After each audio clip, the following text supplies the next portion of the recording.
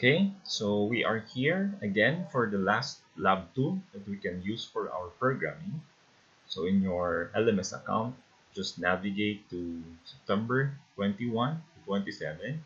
And for the lab tools, click on the lab tools. We are finished with code blocks. We are finished with Dev C++. Then we go for CPP Droid for mobile. So on your phone, just navigate to your App Store and search for CPP Droid and install the application. Accept the agreement.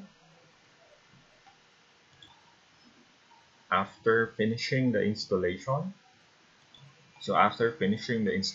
you can just tap the open button, or you can go to your um,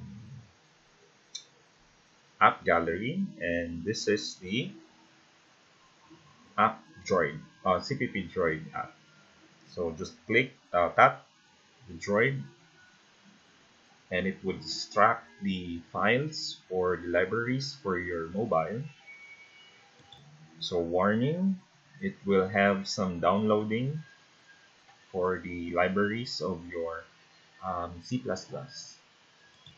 So after completing the download for CPP Droid, this will be the output of the app.